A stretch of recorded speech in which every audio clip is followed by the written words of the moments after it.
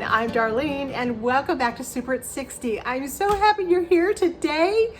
Yes, today I'm going to make you a really delicious, just every night of the week dinner. It's perfect for family. It is so good. It is indeed company worthy. It is chicken and dumpling casserole. Have you ever heard of chicken and dumplings in a casserole form? Yep, we're going to make it today. I'm going to show you step by step exactly how delicious it is, how easy it is, and how quickly it all comes together so you can have it done lickety-split when you're running low on time and you've been rushing around on a day like I have today, which you can tell I have been in and out of my car. I've been all over town, just running in and out of stores, doing all kinds of errands. And yeah, it's just been one of those days, but I couldn't wait to get home and get the camera going and turn it on and show you guys what we're having for dinner tonight. We love chicken and dumplings, but we even love it better when it's in casserole form and can go right into the oven. And oh boy, I just can't wait. It's already smelling good in here. Just the ingredients alone are smelling good. I'm gonna start right here because I'm gonna start by making the dumplings, okay? Now we'll put those aside and we'll go over to the stove top and I'll show you how quickly this comes together. And at some point during the video, I'm gonna reveal a new super secret. Yes, a super secret is gonna be revealed. Well, it's really fun for me. I don't know how exciting it's gonna be for you guys, but it's super exciting for me, Super at 60. All right, I'm just gonna take a little plastic bowl here. These dumplings are the easiest dumplings ever. I mean, ever. All right, in here, this is simply 1 cup of baking mix. Any kind of baking mix that you prefer, any baking mix. Just put it right on in here.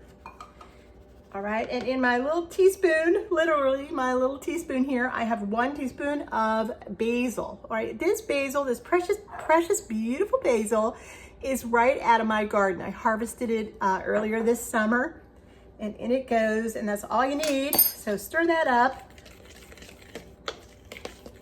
Yeah, 1, 2, 3, so simple. And all you need now is just enough milk so that it comes together. Start up, that's probably about 1/4 cup. And just keep it going around till it comes together. You know, dumpling style.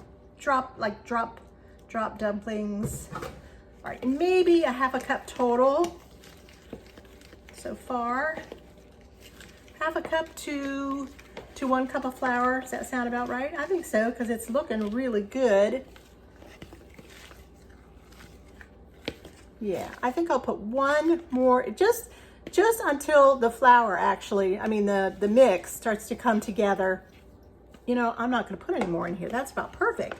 So the recipe is probably about, a cup of the mix and about a 1/2 cup of milk. So that's all good. All right, what I forgot to tell you is that the recipe that I'm putting together today, I'll fix this for you. I hate talking to the hand do all the talking. The recipe that I'm doing right now is for half of the recipe because it's just going to be Lou and I tonight. But I will put the whole recipe, everything that you need to make this for a large family, a medium-sized family, 4 people. I'd say probably about 4 good to medium to hungry people will like this. But the recipe, the full recipe, of course, will be below. All right, here we go. In my skillet here, I'm going to use my cast iron skillet. You can use any skillet that you have. That is just fine. It can be stainless, non-stick, that's fine. I prefer this, and I'm going to put mine today directly into the oven. That's why I chose to do it in my cast iron. If you choose to do it in another pan, just when you're just at the point where you want to start adding your dumplings before you put it into the oven, you want to use a glass 9x13 or some kind of a nice 9x13 pan. All right, in my oven, in my stove top here, I have approximately 2 tablespoons of butter melted. And to that, I'm going to add some beautiful chopped up celery and some really pretty chopped up fresh onion. Boy, Lou's going to really appreciate that onion tonight, isn't he? No, shh, don't tell him. He won't even know it's in there. Okay. I know, he edits my films. He'll know it's in there. Shh. All right, there we go. We're gonna let that cook for just a second here. Yeah, I'll turn it up just a little bit. See, once you put, when you have your butter up like that, right before you introduce your ingredients, it gets to the point where you almost think it's gonna burn, and then you put in your ingredients and they're cold, and that cools the temperature down immediately, so you have to wait until it comes back up again so we can cook and saute the cold vegetables. Make sense? Well, it makes sense to me, so hopefully it makes sense to you. Oh, don't they look good? All right, just wait a few minutes till they're all translucent. Honestly, this recipe could not come together more quickly. You'll just love it. And I also wanted to note that this recipe does also call for some frozen peas, and I'll tell you at which point I would add those. I'm not adding them because I don't have them. Yes, I forgot to pick them up, so we're doing this pealess, and that's fine because we're good with or without peas. You can add a can of peas, I guess, if you want, right before you put it in the oven, but you know, fresh peas are always better, or frozen peas are the way to go when you're doing dishes like this. Okay, oh, it smells so good. It smells so good. You know, food is such a great tease, I think. Yeah. All right. I'm gonna put in a little bit of garlic now. Yeah.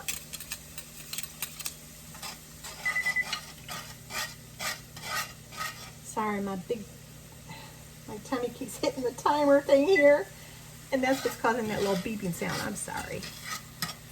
Just a little too close. Back off, darling. All right, good. It's just beautiful. All right, let's go ahead on now, and I'm going to add in a little bit of flour. Yeah, because we need some kind of a little sauce in there. Just a little tiny bit of sugar, just a little bit. I know that might seem a little bit odd, but sometimes you just need a little bit of sugar in a deeply savory dish like this. You'll see, don't leave it out. You can cut back on it a little bit. I think I did even cut back on it a little bit, but yeah, you'll be fine. And now a little bit of salt and pepper, about a teaspoon of salt and a little pepper. Remember, I'm giving you half the ingredients today. I'm just making half. All right, and then a little bit more of my fresh basil. That goes right in there. All right, good. All right, I'm just gonna stir that around for 1 second here. All right, now I'm bringing in the big guns here. I'm gonna put in 2 cups of chicken stock. I'm gonna stir that down till it makes a nice creamy sauce. It won't take too long. You want it to come back up to a boil. So if you've turned down your heat for any reason at this point, you want to turn it right back up again to at least a medium, just over a medium. All right, I'll bring it back, guys, when this is up and rolling again.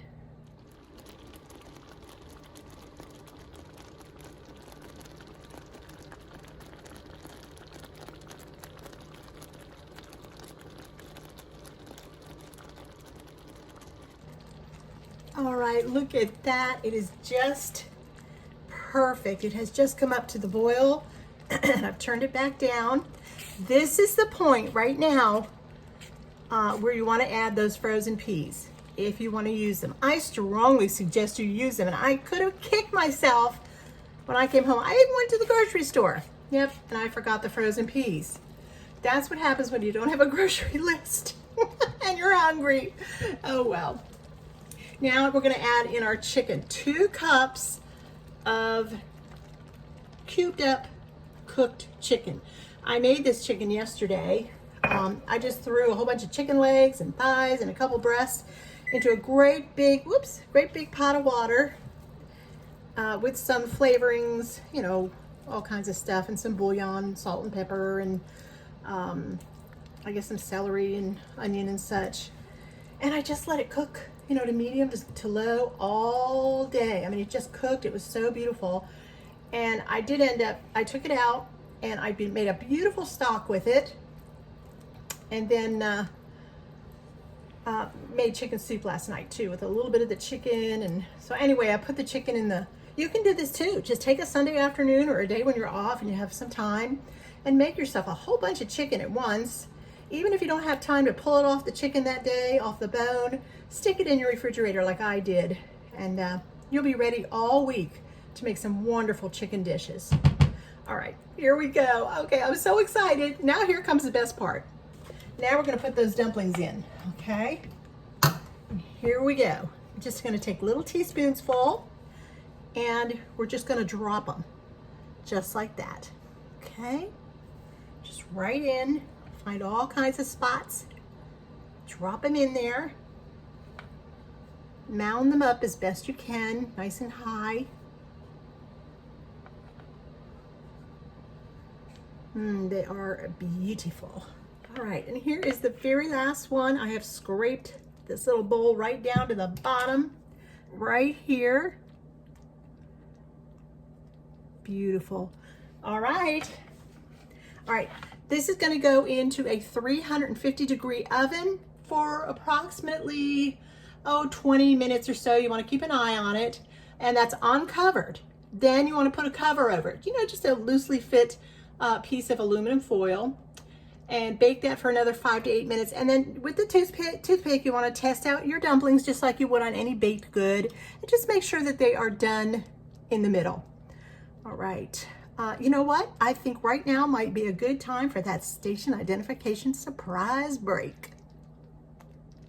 Hi, you guys. This is a momentous moment for Super at 60.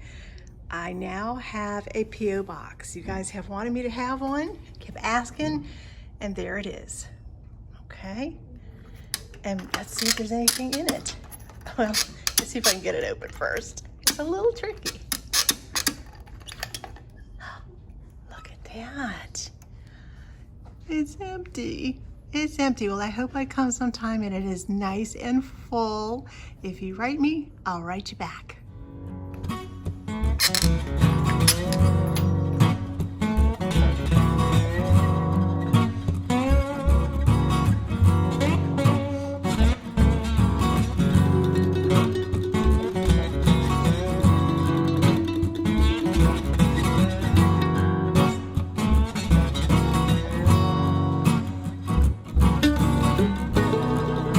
Guys, look what I have. Look at this incredible chicken and dumpling casserole.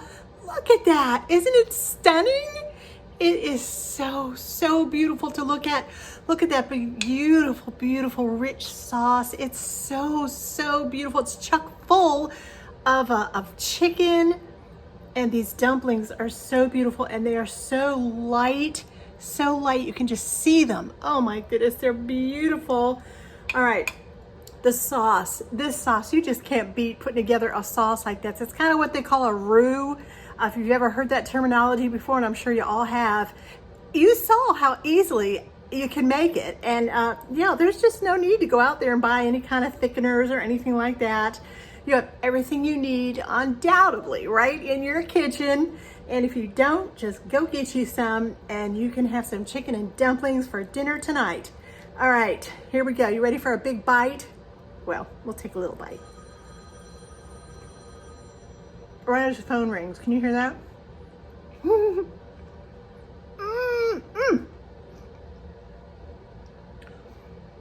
Wow. Wow, that's good. You know, I haven't made this in a long time, and I don't know why. It is so delicious. I have to have another bite. I just do. The creamy sauce, it's hot too. And those biscuits, it's just divine, Look at that. So good. Well, if you love chicken and dumplings, any way, shape, or form, you're gonna love it this way. You truly will. And do add the peas, I was gonna say pears, if you have them, if you have frozen pears, or if you plan on making the dish, make sure that you try to get yourself some frozen peas so that you can put them in there, because you'll just love it. I think frozen peas in a casserole or a dish like that just takes over the top. I just love it.